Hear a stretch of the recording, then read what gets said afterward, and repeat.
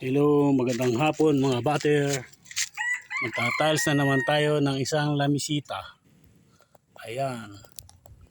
Tatiles natin, ayan, nilagyan natin ng mga scrap lang ang kanyang ilalim. Ayan. Meron kasing kung sa ibabaw. Kaya magta-tiles tayo ngayon. Hello, magandang araw sa inyong lahat. Dito sa masayang buhay sa likod ng bahay. Ayan, ganito lang naman. Tatiles natin ang yan. Nako, labnaw. Bahala siya kung kapusin para pasukin lahat yung butas. Yan ang buhay dito sa likod ng bahay para may ginagawa. Yan. Galing. Yan. Oh. Kung anong patigas ang aking ginagamit. Meron ng mga lumang lingkaw. Ayan ang mga papasukin lahat ng tubig yan ng simento. Malabnaw ang aking halo. Kailangan umulit pa sa pagkuha ng gamit. Yan o, basta't yan ikakasya. Hindi pwedeng hindi. Yan ang buhay ni Papa Jack. Hello, hi.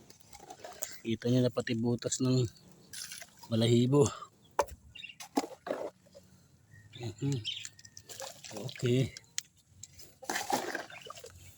Okay. Bukas niyo na ito makikita muli. Hello, hi. Hello mga batter. Ito ang kayarian ng lamisitang ginawa ko kahapon. Yung sinimento ako, kinongkrete ko. Ayan. Ayan. Konting retouch na lang yan.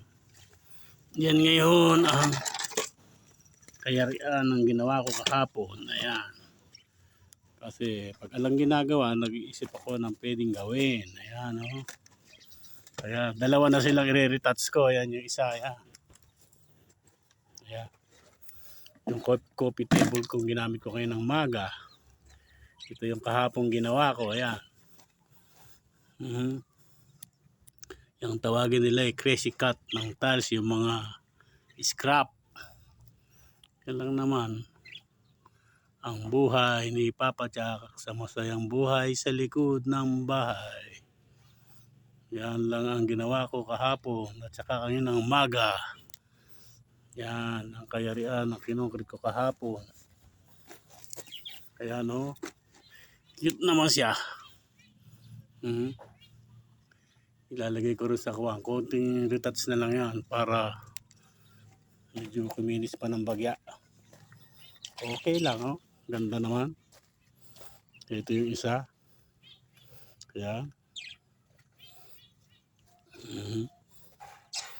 okay, hanggang sa muli sa masayang buhay sa likod ng bahay.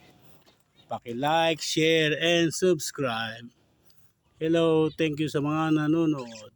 Maraming salamat po sa inyong lahat. Okay, bye-bye.